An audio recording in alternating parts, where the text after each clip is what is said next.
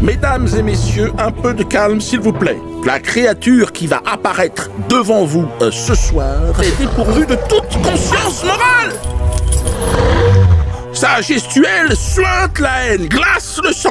D'ailleurs, je demanderai aux parents, accompagnés d'enfants en bas âge, de leur couvrir le visage. Je vous demande, mesdames et messieurs, de faire un tonnerre d'applaudissements et d'accueillir la bête immonde.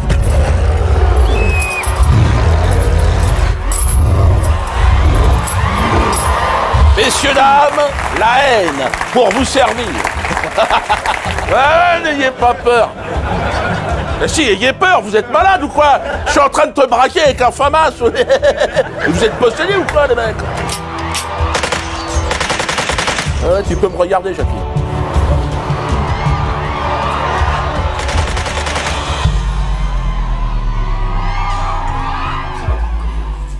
Ah, ouais, c'est un cadeau, là. C'est une dent de requin. Bon, merci. Hein. Chers amis internautes, bonjour, bonsoir. Mes collègues humoristes remontent au créneau pour me cracher à la gueule. C'est devenu maintenant une habitude, mais là, ils ont remis à découvert.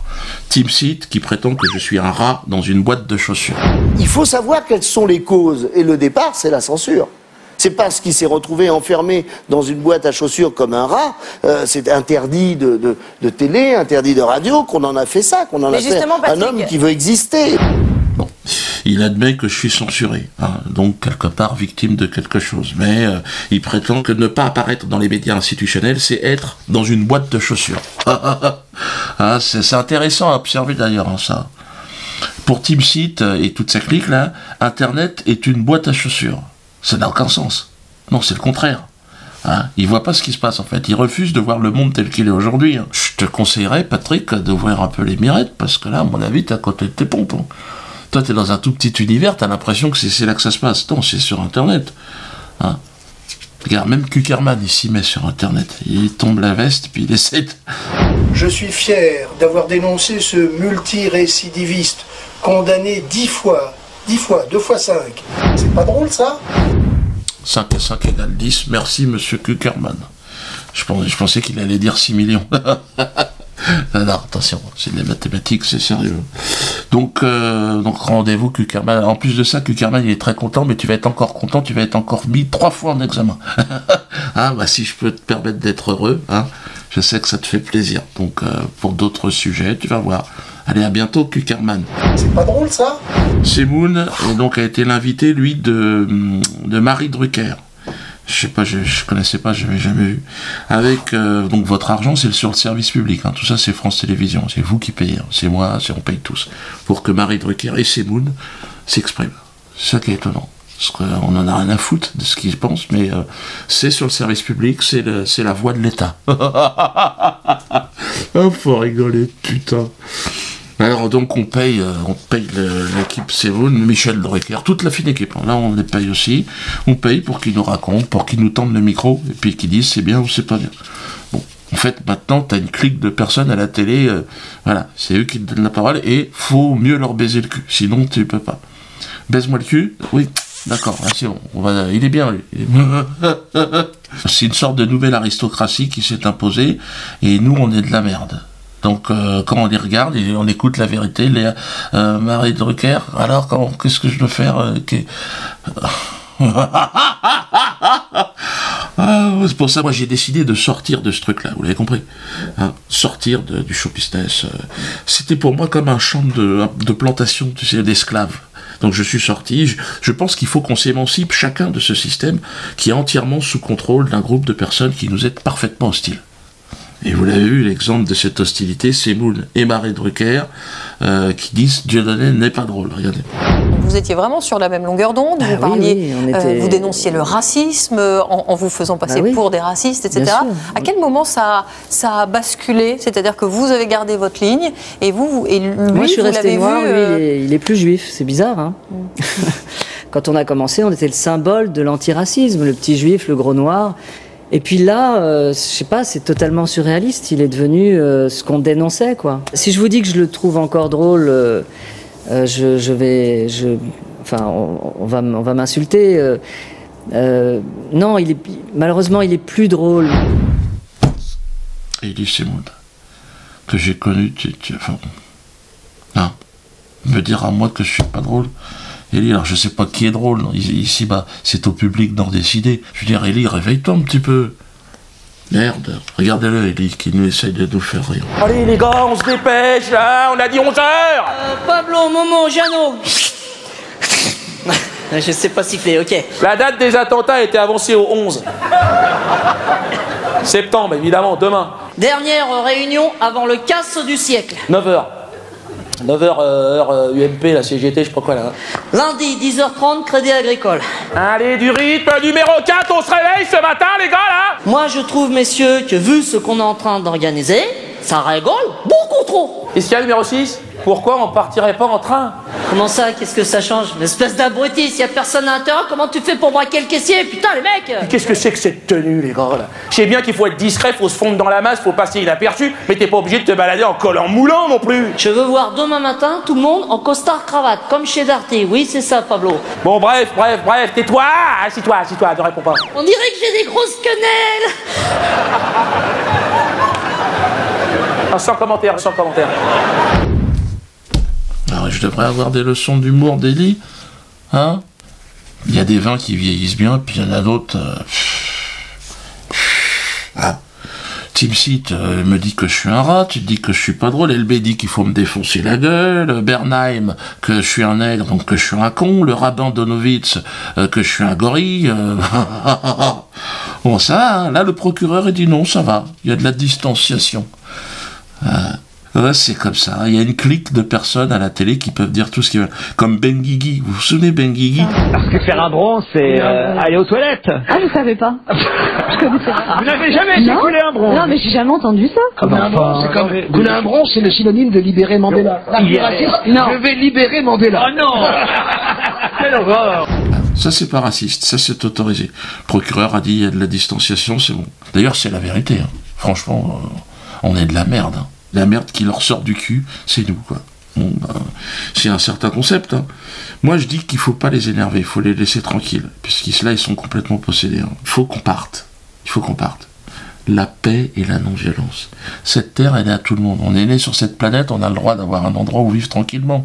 Par contre, on ne peut plus vivre ensemble. Avec toute cette clique de personnes, on peut pas. Ils nous sont trop hostiles, on peut pas vivre avec eux. Donc nous, on va vivre à côté, c'est tout. Eux, ils continuent leur truc, à être les plus drôles du monde, c'est Moon, continue. Puis tu vas faire rire les gens, puis moi je continue. Puis le tout, c'est que toi, on se respecte. Moi, c'est ce que je propose. Bon, si tu veux commencer à me cracher à la gueule, bon. Grâce à Internet, on peut changer le monde. On est là, mais on n'est plus là. Tu vois ce que je veux dire? On a pu à communiquer avec des gens qui sont hostiles. Pourquoi faire? Ils nous imposent tout, en fait, si tu regardes bien. La nourriture, notre éducation, les divertissements, la morale. Ils nous disent ce qui est drôle et ce qui ne l'est pas. Donc qu'ils aillent tous se faire, comme dirait mon directeur de la publication, comme dirait la mère d'ailleurs de mon directeur de la publication, la mère de Germain a dit de toute façon tout finit dans la boîte à chocolat. Bon, c'est une certaine façon, mais à plus de 70 ans, je trouve qu'elle est pas... Madame Geff, faut quand même essayer de se tenir un petit peu aussi. Hein. Il faut qu'on crée notre propre économie. C'est ça que je suis en train de vous dire. Nos propres banques, notre propre assurance. Anan Assurance, on en a à 95 000.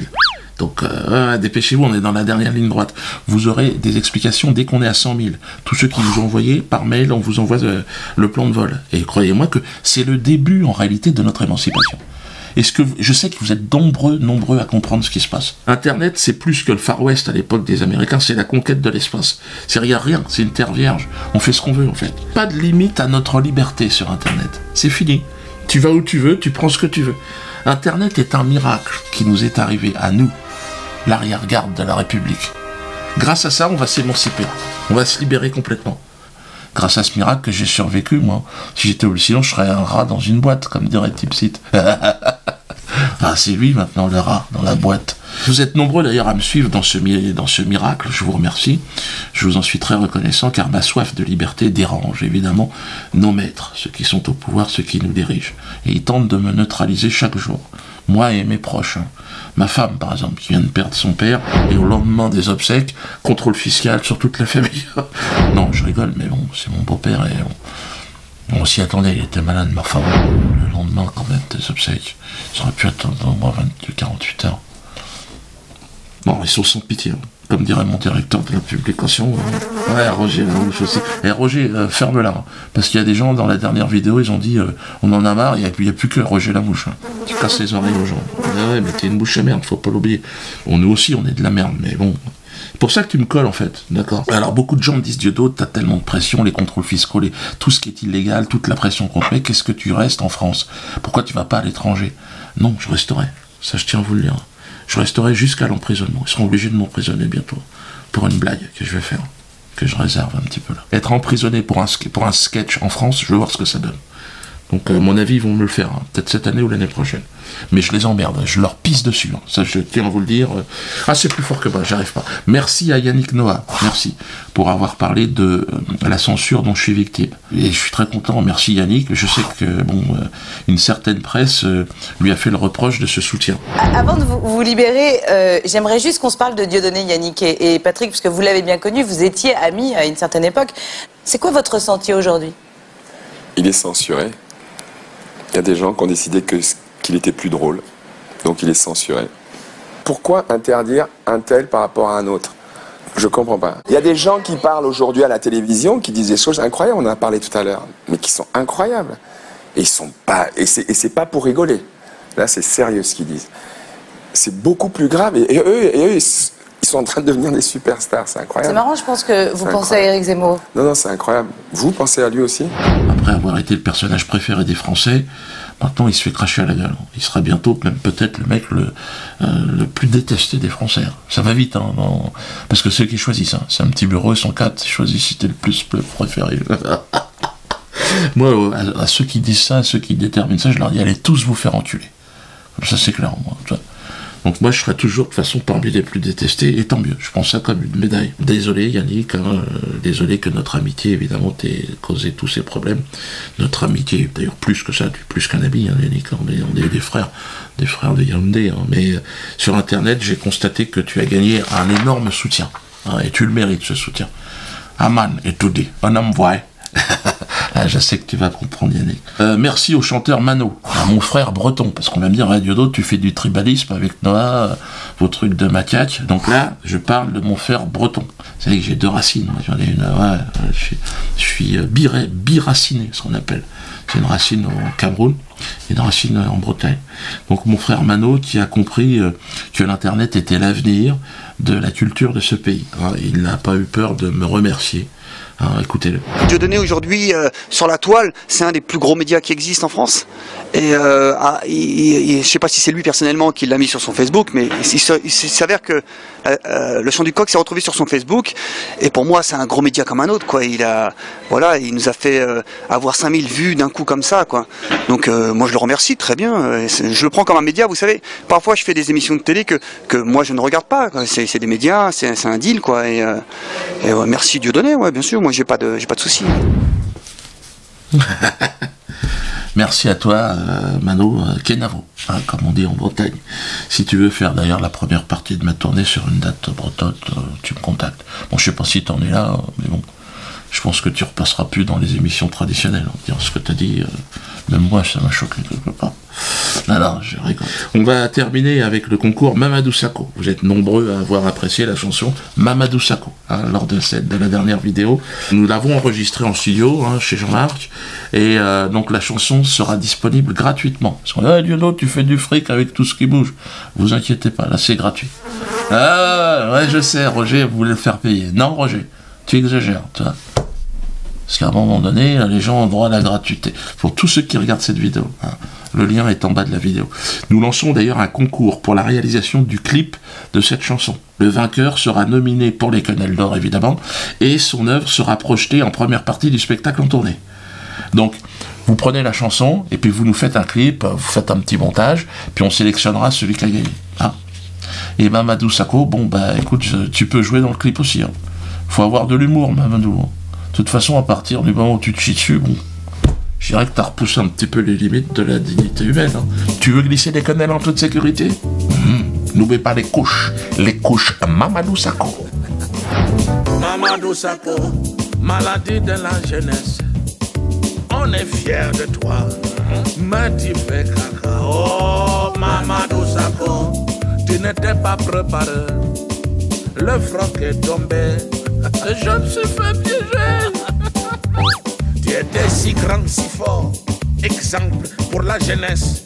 Tu as marqué ces 2 buts pour sélectionner la France. Tu incarnais l'espoir, mais tu n'as pas résisté.